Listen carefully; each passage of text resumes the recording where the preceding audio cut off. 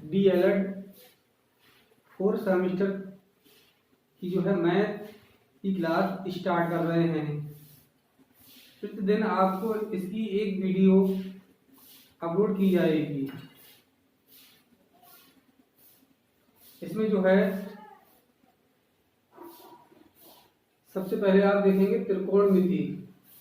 पहला जो चैप्टर देखेंगे वो क्या है? त्रिकोणमिति।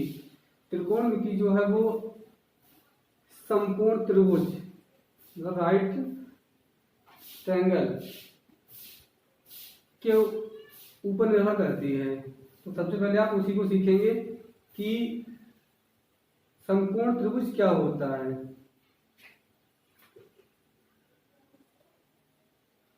जैसे त्रिभुज बना हुआ है ABC, तो पहले बताओ कि त्रिभुज जो है समकोण त्रिभुज किसे कहते हैं। तो जिस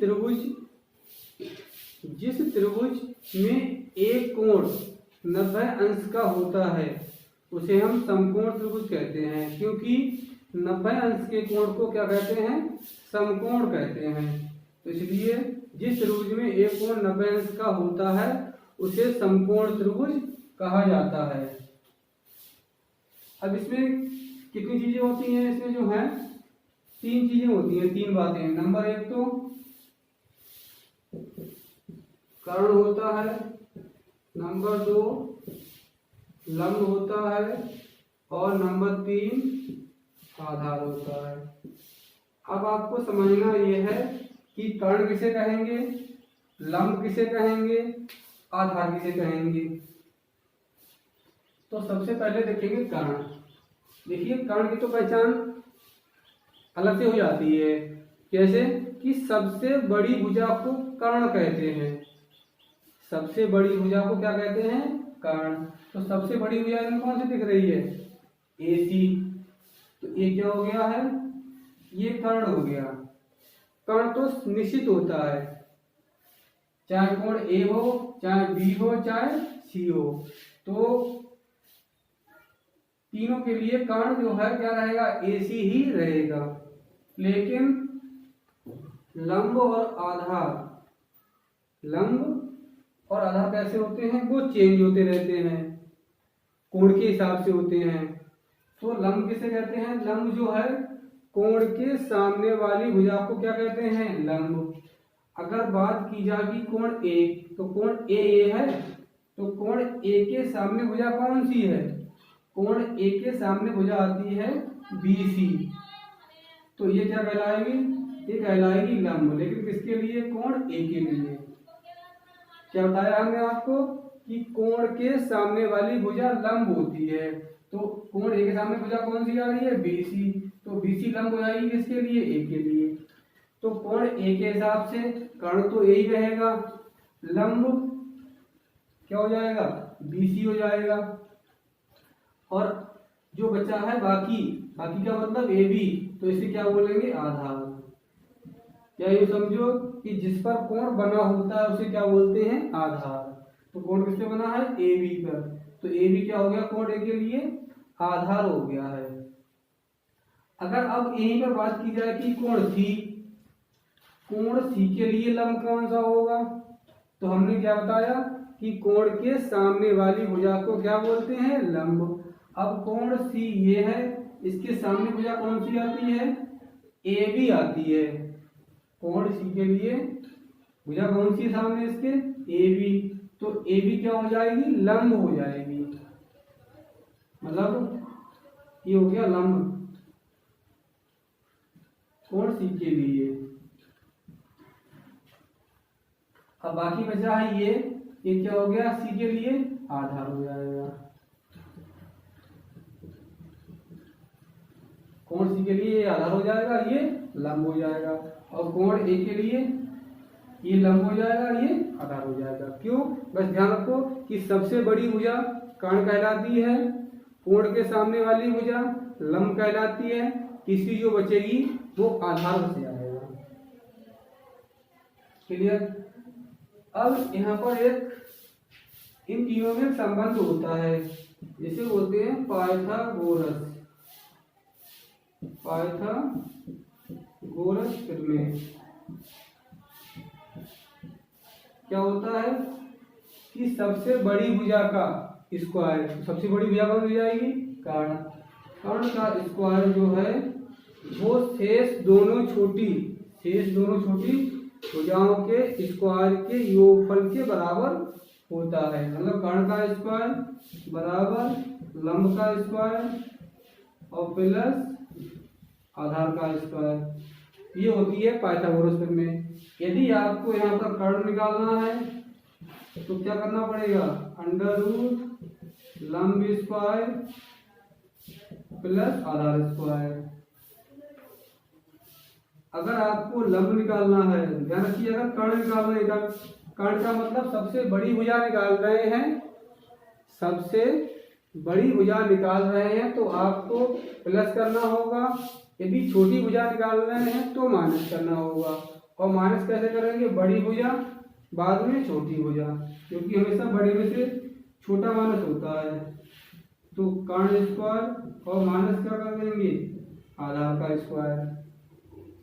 यदि आपको यहाँ पर आधार निकालना है, क्या निकालना है, आधार, तो कर्ण का स्क्वायर माइनस कर देंगे किसका, लंब का स्क्वायर। क्या कर देंगे, लंब का स्क्वायर। तो ये तो हो गई क्या, पाइथागोरस थ्योरम में।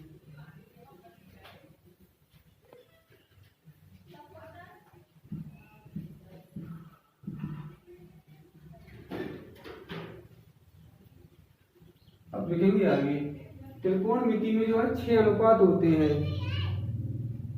कितने होते हैं, 6 अनुपात। ए बी सी, ये क्या हो गया, कर्ण, कोण के हिसाब से ये क्या हो जाएगा, लंब, और ये क्या हो जाएगा, आधार। मतलब कोण ए के हिसाब से कर्ण, तो ये चाहे ए हो चाहे बी हो चाहे सी हो, सबके लिए निश्चित है। अब कोण के ए के सामने कौन सी भुजा है, बीसी है, तो कोण ए के लिए लंब जो है वो बीसी बन जाएगा और आधार जो है वो क्या बन जाएगा, ए बी। अब इन भुजाओं के अनुपात को ही यहाँ पे त्रिकोणमिति में लिया गया है। जैसे यहाँ पर कर्ण का लंब से अनुपात ले लिया तो इसका नाम रख दिया, कर्ण का आधार का अनुपात ले लिया तो इसका नाम ले लिया, या लंब और आधार का अनुपात ले लिया तो इसका नाम रख दिया। जैसे सबसे पहले आपका अनुपात आता है साइन थीटा। साइन थीटा होता है किसका, लंब और कर्ण का अनुपात होता है, लंब बटे कर्ण होता है।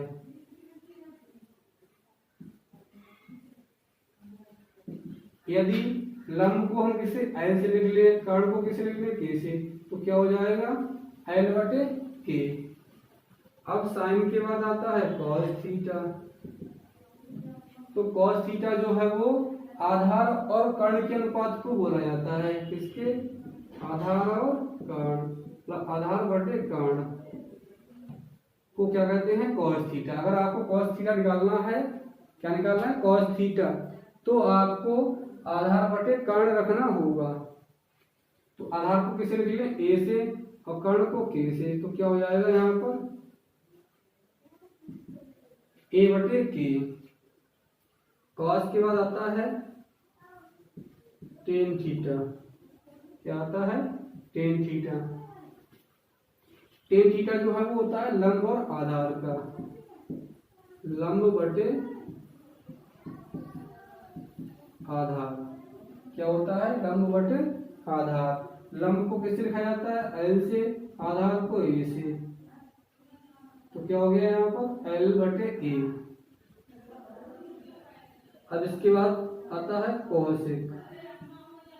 कोसेक थीटा जो है हमेशा इसका साइन थीटा का उल्टा होता है। ये इसका कैसा होता है, उल्टा। कैसे, कर्ण बटे क्या हो जाएगा, लंब, कर्ण बटे लंब। कर्ण को किससे लिखा जाएगा, के से, यहाँ एल से।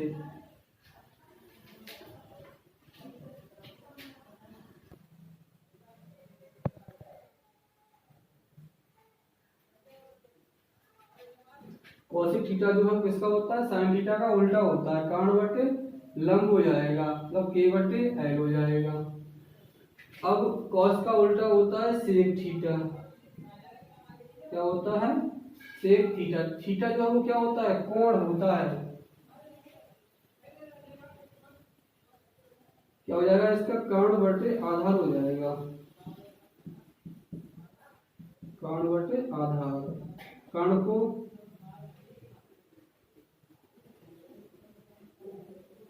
के से, आधार को ए से। फिर आता है टेन का उल्टा। टेन का उल्टा क्या होता है, कॉट होता है, क्या होता है, कॉट। कॉट का क्या हो जाएगा, इसका उल्टा क्या होगा, आधार बटे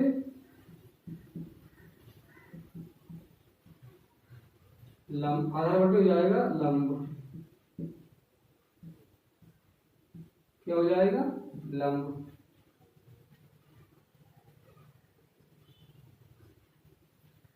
तो यहाँ पे कितने अनुपात हो गए, 6 हो गए हैं।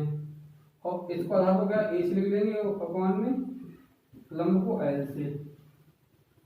तो ध्यान रखो कि साइन का उल्टा क्या हो गया, कोसेक, कॉस का उल्टा सेक, टेन का उल्टा कॉट हो गया। अब अगर इन पहले तीन को मिला लिया जाए, इनके जो प्रतीक है उनको, तो क्या हो जाएगा, एल ए एल बटे के, जैसे हम बोलेंगे लाल बटे कक्का, क्या बोलेंगे, लाल बटे कक्का। तो पहला जो है, जैसे आपको याद इस तरीके से ना हो तो याद करने का तरीका है ये आसान, कि लाल बटे कक्का, तो एल बटे के है, ये क्या हो जाएगा, साइन। फिर क्या है, ए बटे के, ये हो जाएगा कॉस। ए बटे का मतलब, ए से मतलब हो गया आधार, के से मतलब हो गया कर्ण। फिर है एल ए, ये हो जाएगा टेन। तो एल का मतलब हो जाएगा लंब और ए का मतलब हो जाएगा आधार, और इन तीनों को मिला देंगे तो इसका उल्टा हो जाएगा, कक्का बटे लाल। तो ये क्या हो जाएगा, कौशिक हो जाएगा, ये क्या हो जाएगा, सेक हो जाएगा, और ये क्या हो जाएगा, कॉट हो जाएगा। क्योंकि कर्ण बटे लंब क्या हो गया, कौशिक, कर्ण बटे आधार क्या हो गया, सेक, और कर्ण बटे लंब क्या हो गया, कॉट। अब देखेंगे आप,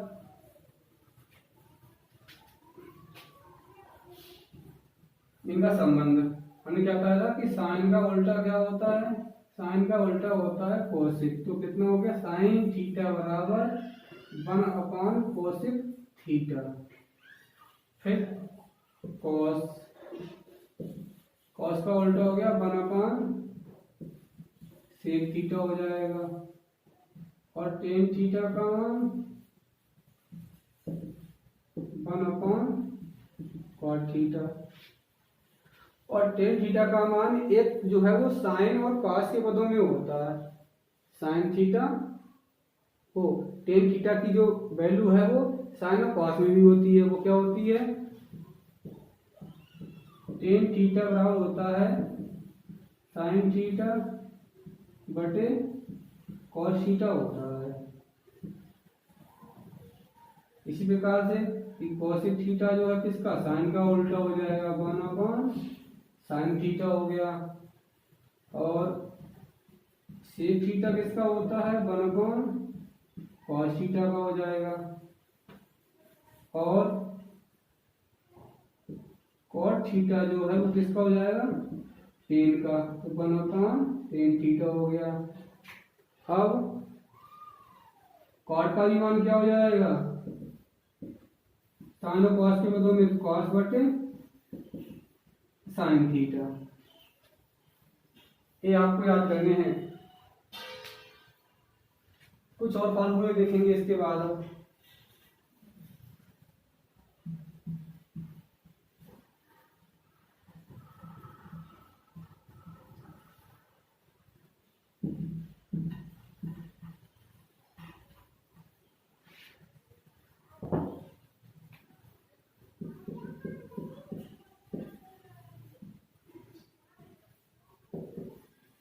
एक होता है sine square theta plus cos square theta, मतलब sine square theta plus cos square theta की वैल्यू होती है कितनी, 1 होती है। तो साइन का स्क्वायर हो और प्लस कॉस स्क्वायर का हो, कितना होता है 1।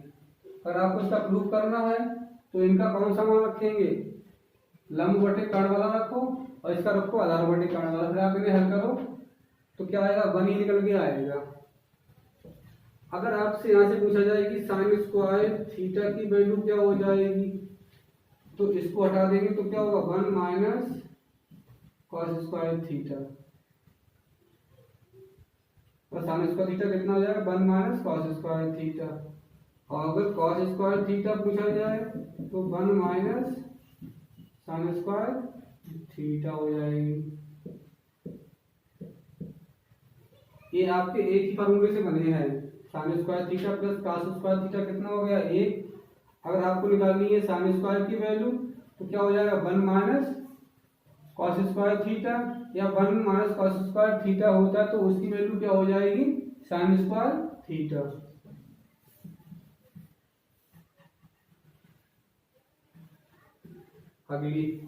आगे देखेंगे, अगला है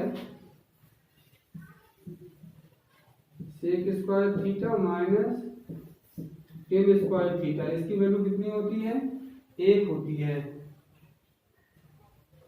इसमें माइनस होता है और प्लस इसमें होता है sine square plus cos square वाले में।